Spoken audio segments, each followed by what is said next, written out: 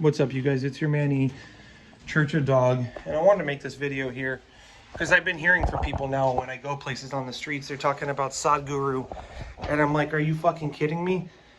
This dude is still around. The polar ice caps are melting. The fucking ocean is filling with trash. Indigenous people are being displaced at a rapid rate. African American people, at least in my country, are just getting shot all the time for no reason.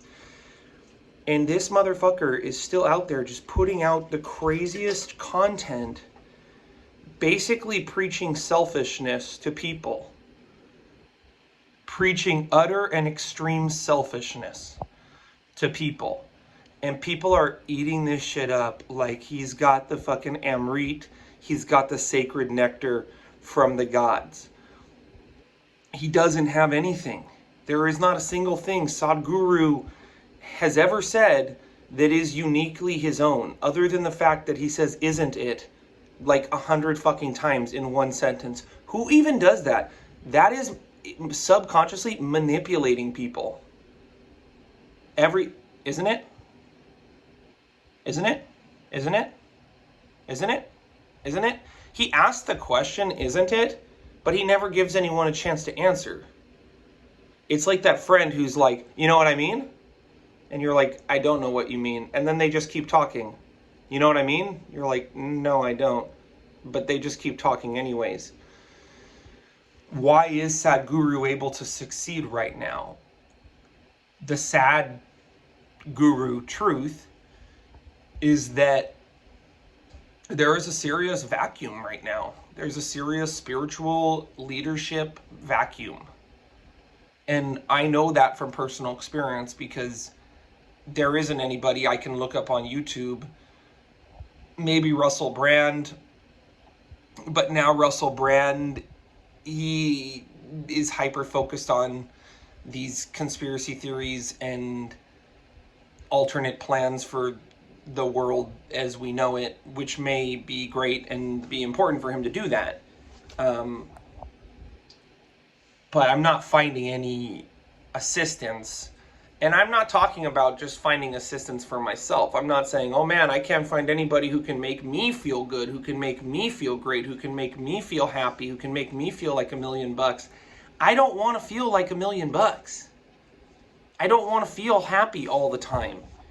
In a world that is fucking so fucked up, feeling like $1 million and feeling happy all the time, you're disconnected from the world that we live in.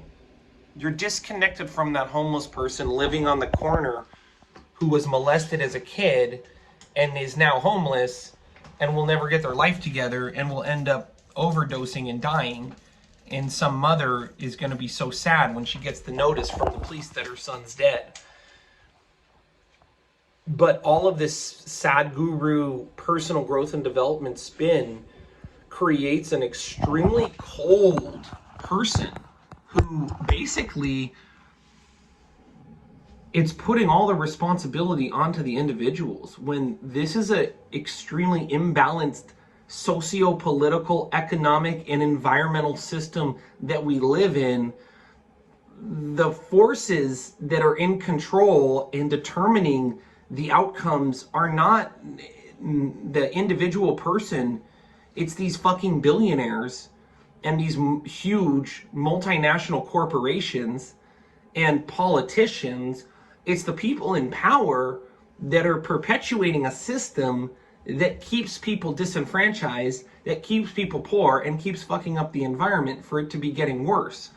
The solution to planet Earth 2021 is not everyone just think about themselves and just work on their own, what the fuck does he call it? Your inner science. Just work on your inner science of enlightenment and then everything's gonna be fucking fine. That's not what we need in 2021, is everyone to be thinking everything's gonna be fine. Everything is not fucking fine. And also, everything is not going to be fine.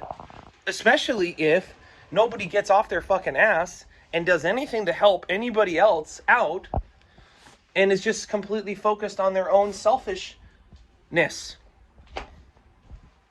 But instead of painting that picture, we're telling people, no, being extremely selfish is great.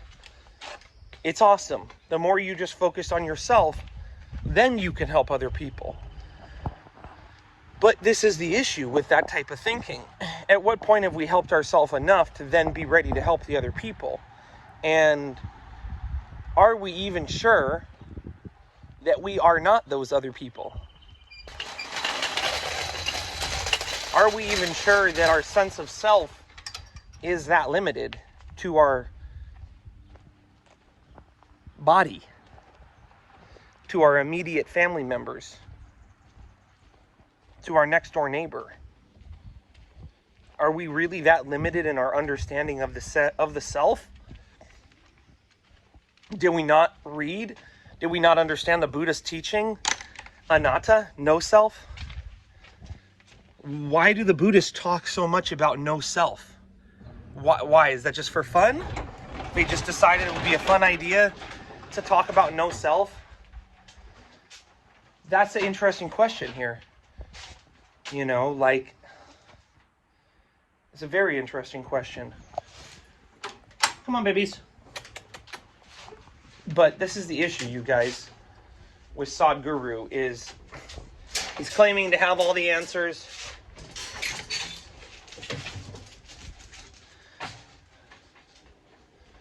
He's claiming to have all the solutions.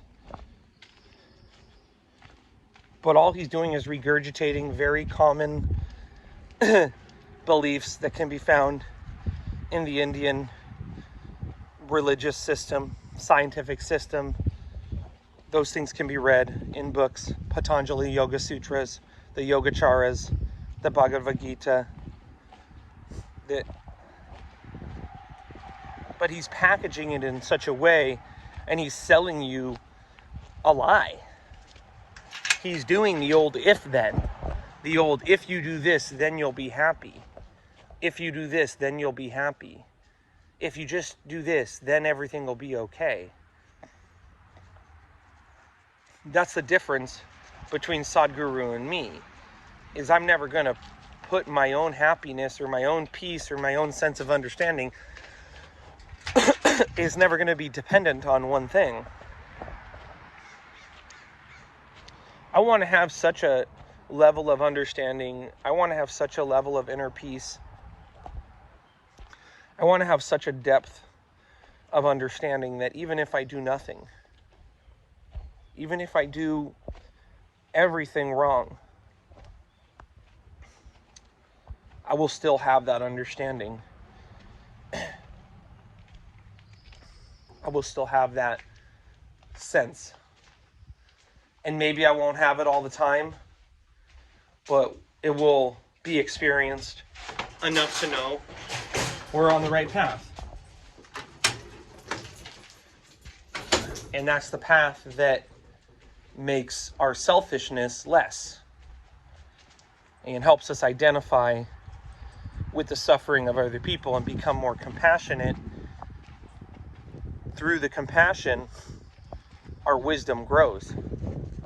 Our understanding of self grows.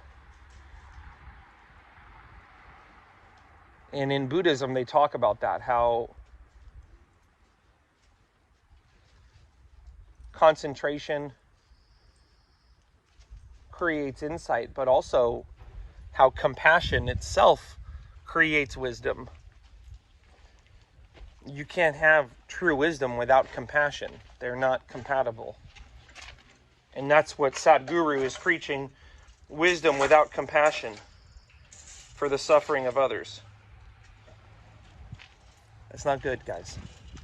Okay, you guys, I'll see you.